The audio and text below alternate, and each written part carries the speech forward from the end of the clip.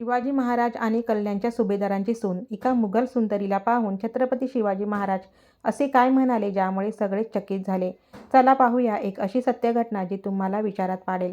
महाराष्ट्राचे दैवत छत्रपती शिवाजी महाराजांच्या एका वीर सेनापतीने कल्याणचा किल्ला जिंकला. रणांगणात प्रचंड शस्त्रांसोबतच अफाट संपत्तीही मराठ्यांच्या हाती लागली. त्याच वेळी एका सैनिकाने कल्याणच्या मुघल सुभेदाराच्या अत्यंत सुंदर सुनेला सेनापतींसमोर आणून उभे केले.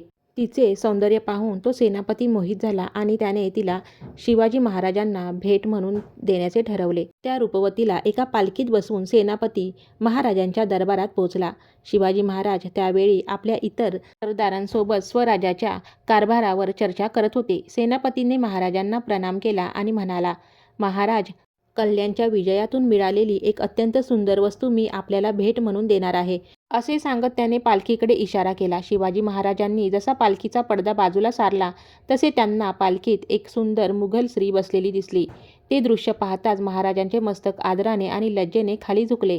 त्यांच्या मुखातून अत्यंत भावूक आणि थक्क करणारे शब्द बाहेर पडले. अहो, आमची आई सुद्धा तुमच्यासारखीच सुंदर असती तर आम्ही सुद्धा इतकेच सुंदर दिसलो असतो. यानंतर महाराजांनी त्या सेनापतीकडे वळून त्याला कडक शब्दात फटकारले आणि म्हणाले, माझ्यासोबत राहूनही तुला माझा स्वभाव समजला नाही. शिवाजी दुसऱ्यांच्या लेकी सुनांना नेहमी आपल्या आई समान मानतो. जा, यांना पूर्ण आदराने आणि सन्मानाने त्यांच्या घरी परत सोडा. सेनापतीने तात्काळ महाराजांच्या आज्ञेचे पालन केले आणि त्या स्त्रीला पूर्ण सुरक्षिततेने व सन्मानाने तिच्या घरी पोचवण्यात आले. छत्रपती शिवाजी महाराजांच्या या महान संस्काराची ही घटना इतिहासात अमर झाली.